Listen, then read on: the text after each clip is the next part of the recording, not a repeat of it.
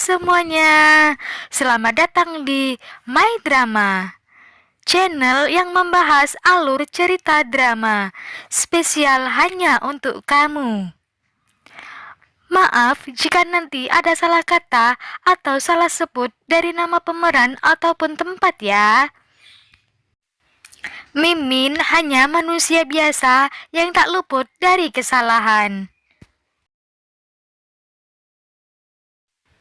Melanjutkan alur cerita Putri Huansu episode kedua. 你们两个住这么讲究的房间，如果你不去骗人的话，那就会被人骗。所以我 Pada episode ini, Soyeonje mengantar Ziwei dan Jinso ke penginapan. Soyeonje begitu kagum melihat kamar sebagus ini. Ziwei mengungkapkan rasa terima kasihnya, begitupun Soyeonje. Jadi mereka impas. Ziwei dengan lembut menasihati Soyeonje kalau menipu orang itu perbuatan yang tidak terpuji. Tapi Soyeonje malah berbalik menggunakan prinsipnya. Jika kita tidak menipu orang lain, maka orang lain akan menipu kita. Soyeonje juga memberitahu kalau ia juga merawat orang-orang terlantar yang tidak punya siapa-siapa. Karena itulah ia terpaksa melakukan pekerjaan itu. Ziwei pun mengerti keadaan Soyeonje. Ia pun juga menceritakan tujuannya datang ke Beijing untuk mencari ayahnya. Yang mungkin saja ayahnya tidak mengetahui kalau dirinya ada di dunia ini. Ziwei juga mengungkapkan ia menjual rumah untuk perjalanan ke Beijing sampai uangnya habis. Karena perjalanan ini membutuhkan waktu sampai 6 bulan. Soyeonje menawarkan dirinya datang ke rumah jika mereka membutuhkan bantuan. Dan mereka pun saling berkenalan dan berjabat tangan satu sama lain. Meski asal-usul keduanya berbeda, tapi di antara kedua gadis itu telah tercipta persahabatan yang penuh misteri. Misteri inilah kelak yang akan menjadi sumber dari kisah kehidupan mereka.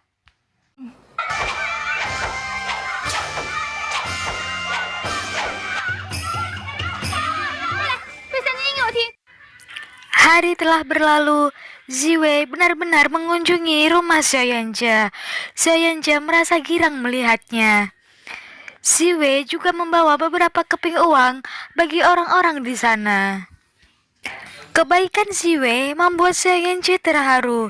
Ia belum pernah melihat orang sebaik Ziwei.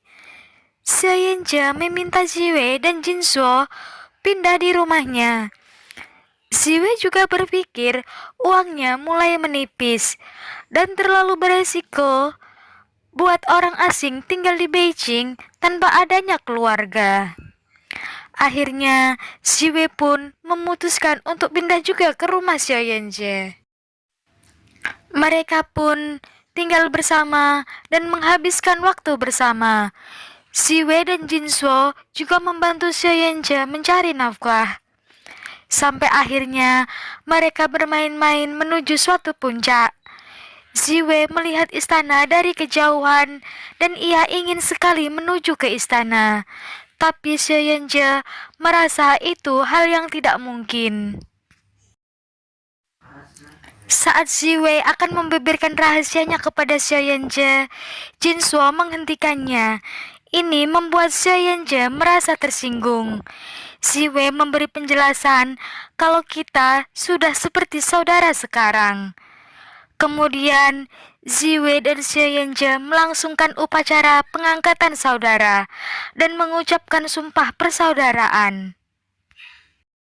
我今天和夏紫薇结成姐妹，从今以后有好吃的一起吃，有好穿的一起穿，和亲姐妹一模一样。如果违背了誓言，会被乱刀砍死，五马分尸。 Saat pelaksanaan sumpah, Ziwei membeberkan identitasnya baik dari marga maupun tanggal kelahiran. Soyeonje yang tak mengetahui asal-usulnya Ia mengikrarkan kalau identitasnya sama seperti Ziwei. Hanya saja yang membedakan ia lahir 1 hari lebih dulu dari Ziwei.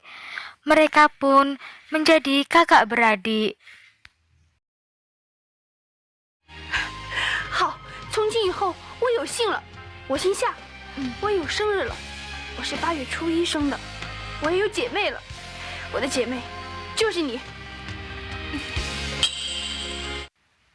Ziwei membeberkan rahasianya kepada Xiao Yanzhe tentang 2 benda yang selama ini ia bawa, yang merupakan bukti kalau ia adalah anak Baoli yang sejatinya ia adalah kaisar. 你知道“宝利”2个字代表什么吗？宝是宝亲王，利是弘历。你总不会不知道，咱们万岁爷的名字是弘历，在登基以前是宝亲王吗？什么？我爹不是别人，正是当今的圣上。 Sontak Xiao Yanzhe hampir pingsan mendengar pengakuan Ziwei kalau ia menjadi saudara dari seorang putri kaisar. 天哪！天哪！天哪！天哪！拜托拜托，不要叫了。 Xiao Yanzhe mempunyai ide ingin membantu saudaranya bertemu dengan sang ayah. Kalau bulan depan kaisar akan berburu di komplek gerbang barat. 1 bulan pun berlalu, kaisar dan orang-orangnya melakukan perburuan.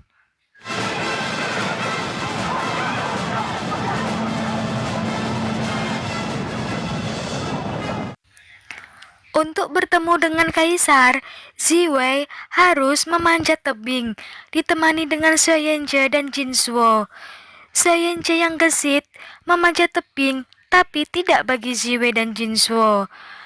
Bahkan Ziwei tergelincir dan meluncur ke bawah. Beruntung Xiao Yanzhe berhasil meraihnya. Karena sepertinya Ziwei mustahil berhasil memanjat tebing, mereka pun memutuskan kalau hanya Xiao Yanzhe yang ke atas dan mengantarkan pesannya. Perburuan pun sedang berlangsung. Singkat cerita, Pangeran Yongqi menarik busur dan panahnya terlepas. Panah itu tidak mengenai rusa, melainkan seorang wanita yang tak lain adalah Xiao Yanzhe. Pangeran Yongqi mendatanginya. Xiao Yanzhe mengatakan kalau ia ingin bertemu dengan kaisar. Prajurit melapor kalau Pangeran Yongqi menangkap seorang penyusup. Kaisar yang terkejut melihat Xiao Yanzhe, bagaimana bisa ada penyusup di tempat yang dijaga dengan ketat. Xiao Yanzhe mengumpulkan sisa kekuatannya berkata, "Yang mulia, apakah Yang mulia masih mengingat Xiao Yuhe dan Notaming 19 tahun yang lalu?" Xiao Yanzhe pun pingsan, tak sadarkan diri.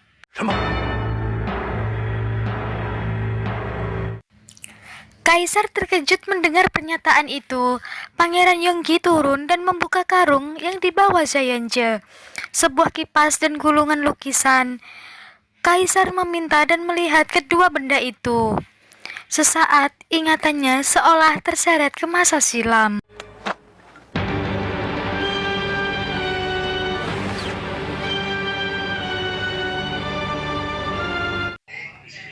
Kaisar meminta tabib mengobati Xiao Yanzhe. Perburuan langsung dihentikan dan kaisar pun buru-buru kembali ke istana. Sampai jumpa di episode selanjutnya. Jika kalian suka video ini, like, komen, dan subscribe ya. Terima kasih.